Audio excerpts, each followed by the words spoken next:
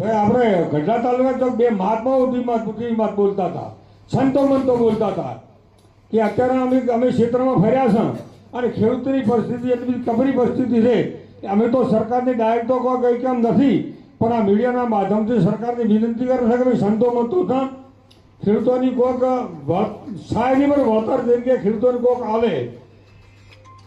તમે આ સરકારની હોગ ઉડતી નથી અને આપણે કશું કરી કહેતા નથી. એનો અર્થ તમારે એમ માનવો કે ગંઢિયા ગોબર છોકરો ઘરમાં ઢીલો પાકે તો એને એમ કહેતા કે નપો થયો છે એમ કહેતા.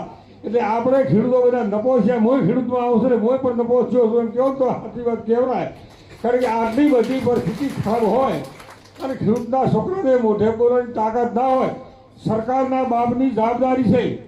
સરકાર ગમે એની હોય, ભાજપની હોય કે કોંગ્રેસની, પડદા સુખી તો સરકાર સુખી ને પડદા દુઃખી તો સરકારને દુઃખી રહીને કોઈ પ્રકારની રાજા મહારાજો દુષ્કાળ પડતા ને તો ખેડૂતોને 5-5 વર્ષ સુધી અંદાજ પૂરું કરતા. સરકાર કોઈ અત્યારે નવાઈ પૂરું કરતી નથી. સરકાર કોઈ પણ પ્રકારના ખેડૂતોને મદદ કરે નહીં એમાં નવાઈ કરતી નથી.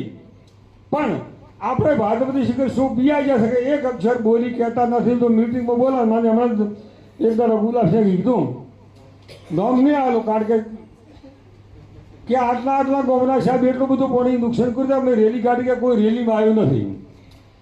તમારે રેલીમાં આવવાથી બે આવશે. પાછલે બહાને અમારે એમ કહેવું છે બાવડે પૈસા બાવડે ચોક મદદ કરતો હો. અમે મિટિંગમાં બોલાવ્યા ત્યારે તમારે શરમાવું છે ભાજપવાળાથી તો કોણ પૈસા છે એમ કહેજો. કોઈ ઘરમાં કોઈ નથી આવવાનું. એટલે મહેરબાની કરી અને આંદોલન બીજું કોઈ કરશો તો મળશે તો કોઈને કશું મળવા જ નહીં, કોઈ ભળવા નથી. અને આ રીતે હાવ નેસી હાજરી બેહાય નહીં. મારી તમને બધાની વિનંતી છે કે દેશની અંદર આ વખતે ખૂબ પરિસ્થિતિ ખરાબ છે. એમાં ખેડૂત માટે તો 2081-82 વર્ષ એટલું ખરાબ છે કે અમારે કાલે રાતે વરસાદ પડ્યો છે. મોટા ભાગની મગફળી બગડી ગઈ છે. એટલે સરકારને મદદ કરવી પડે ને આપણે વધારે કમર કસીને કાંઈક કરવું પડશે. અને ને કરો તો કશું ભાળશો નહીં. તમારી બધાની મારી વિનંતી. ખૂબ નવા રામ રામ અને ખૂબ તમારો પ્રગતિશીલ હંધી વિડે ખૂબ તમારો સારો એ મારી શુભકામનાઓ. એટલે મારી વીરમાલું જય.